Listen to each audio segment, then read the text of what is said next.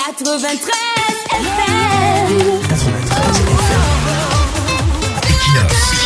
Radio. Bonjour. Pour plus d'humilité, d'honnêteté et de maturité, la politique moderne recommande la classe et le respect. Ce n'est pas une affaire de premier venu ou du tout venant. On ne s'improvise pas dans le milieu. Il faut faire ses preuves, gagner en expérience et mériter l'acceptation des autres. C'est le refus d'intégrer ces quelques préalables qui provoquent tout ce brouhaha qu'on observe ces derniers temps dans le champ politique camerounais en général et dans le camp du changement en particulier. On peut bien arriver dans le milieu en étant un bon villageois ou un bon parvenu, mais avec le temps, on prend le temps de faire corps avec la civilisation, la modernité politique. On ne s'improvise pas dans le milieu et quand bien on y entrerait par effraction, on reste moins prétentieux. Surtout, on évite de faire trop de bruitier dans le milieu, trop de tonneaux vides qui, paradoxalement, tentent toujours de vider le champ politique de ce qu'il a d'élégant et de pédagogique. Trop d'embrouillés aussi, on dirait des adultes en pleine puberté politique. Ils découvrent la politique, la lutte politique au crépuscule de leur vie et n'arrivent pas à contenir leurs excitations de novices. Ils sont impressionnés par ce qui n'impressionne plus.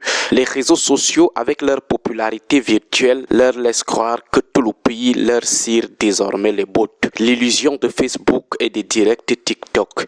On ne peut pas se permettre autant de liberté là où les plus capés et les plus assidus endurants sont respectueusement assis dans leur coin très discret.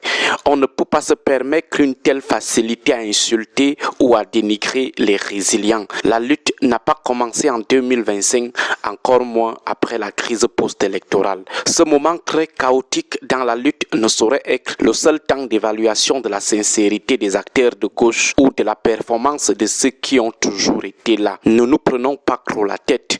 Certes, les efforts conjugués ne sont pas sous-estimés, mais ne faisons pas non plus de 2025 les talons. Il y a ceux qui ont toujours été là et qui sont toujours là.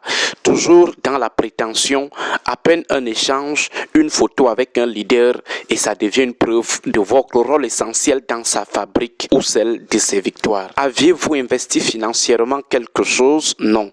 Aviez-vous investi humainement quelque chose? Non. Aviez-vous fait le terrain pour accompagner le leader ou sa victoire? Non. Juste des directs TikTok, des publications Facebook ou des plateaux de télévision. Et vous voilà faiseurs de roi. Ceux qui ont charbonné sont appelés à se taire. Immédiatement, on devient détenteur de toutes les confidences du leader. On devient artificier des grands déballages et des grandes révélations pour si peu. Les naïfs en quête de sensations tombent dans l'arnaque. Qu'avez-vous déjà fait finalement? La récupération est toujours la récupération. On vient moissonner là où les autres ont semé. Savez-vous comment on porte une candidature? Savez-vous comment on consolide ou on défend une victoire électorale? Où étiez-vous lorsque les autres se faisaient embastiller, torturer et tuer par les requins sans remords? Lorsqu'ils se faisaient exécuter par des gens qui agissent comme des animaux, des bêtes sauvages, toujours dans la récupération.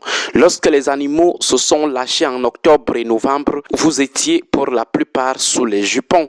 Les grosses gueules du dimanche miaulaient seulement pendant cette période. Il fallait être vendu pour continuer à critiquer les esprits barbares.